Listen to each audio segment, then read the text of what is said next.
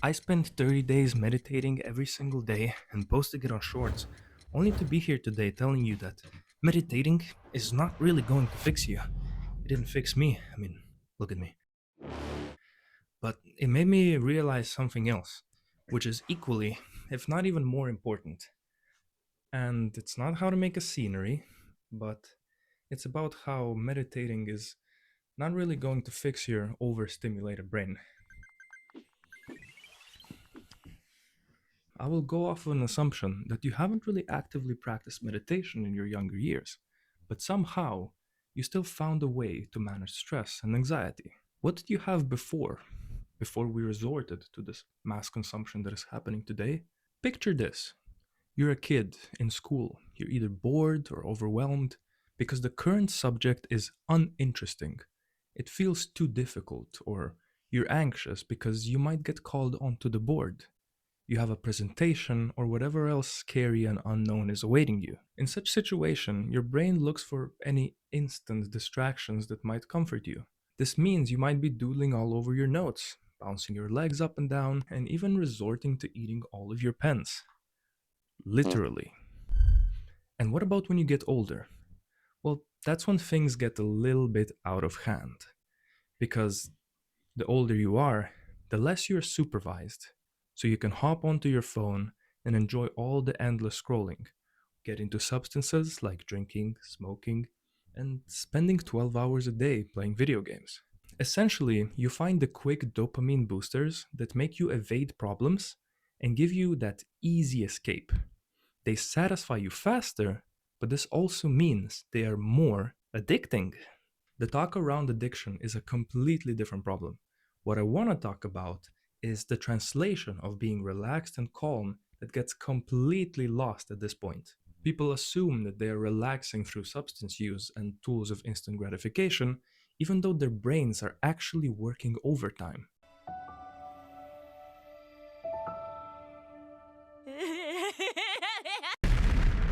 This feeling of relaxation through stimuli is especially strong when you get used to something, because it becomes your dopamine baseline, and everything below it turns boring and uncomfortable. This is how watching reels becomes your comfort zone for a non-conditioned person, it should have been overstimulating. You can notice the same thing applies in different areas. For example, try giving up artificial sugar stuff and just stick to fruit. After a month, it will be almost unbearable to eat candy from how sweet it was. When we all took a bite out of the donuts, which tend to hover between 15 and 20 grams of sugar, our now more sensitive taste buds were actually overloaded and perceived a lower intensity of sweetness than what we were used to, which left us with dissatisfaction and a craving for fruit. And this is what we have now. Today's problem is this mass overstimulation that feels relaxing, and it feels what meditation or its alternatives should be, but in reality, people's average relaxation times these days are nowhere near this experience. Om. Do you hear that? Om. Alright. Unlike the goal of traditional meditation, which would be to achieve enlightenment and see beyond your thoughts, which kind of sounds cool by the way, modern meditation seems to focus on something else. Because modern problems require modern solutions. And that's why you notice that these days, people are meditating to improve their sleep, to tackle stress and burnout. Looking at today's world, we always try to keep our minds occupied. And if we're struggling, if we're going through anything negative, we will try to stay even more busy. Your mind might feel too scary and uncomfortable to be left alone with. That makes you even more prone to avoidance.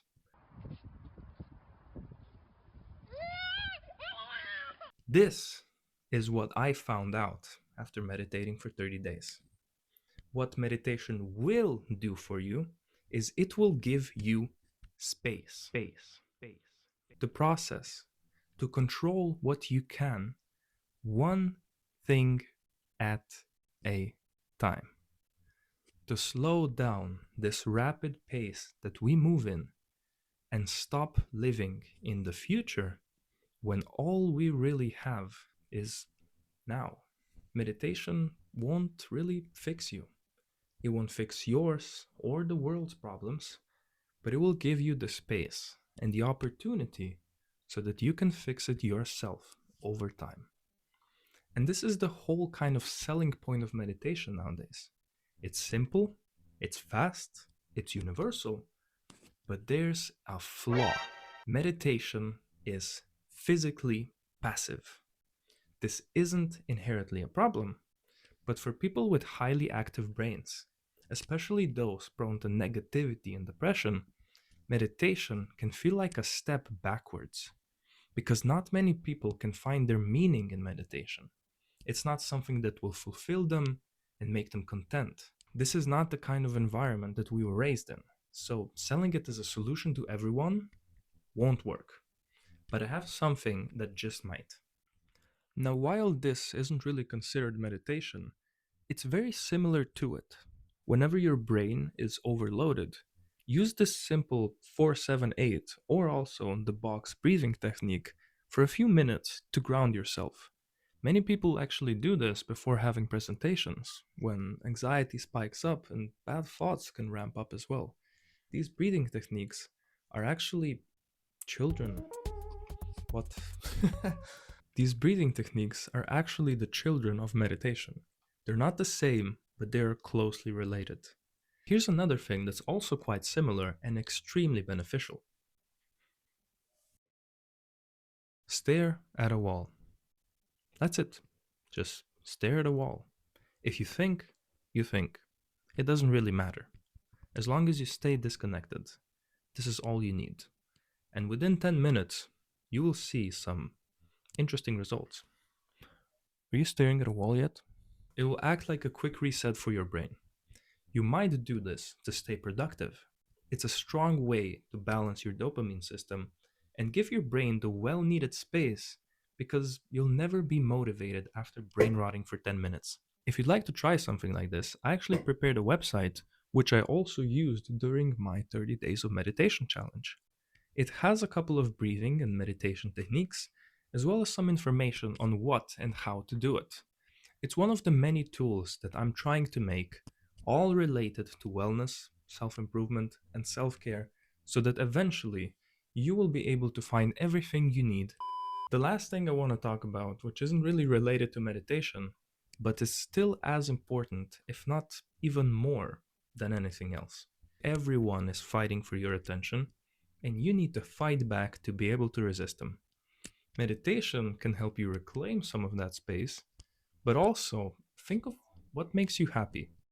What can you tinker around and play with for hours, and it still provides you this space while being very enjoyable and fulfilling?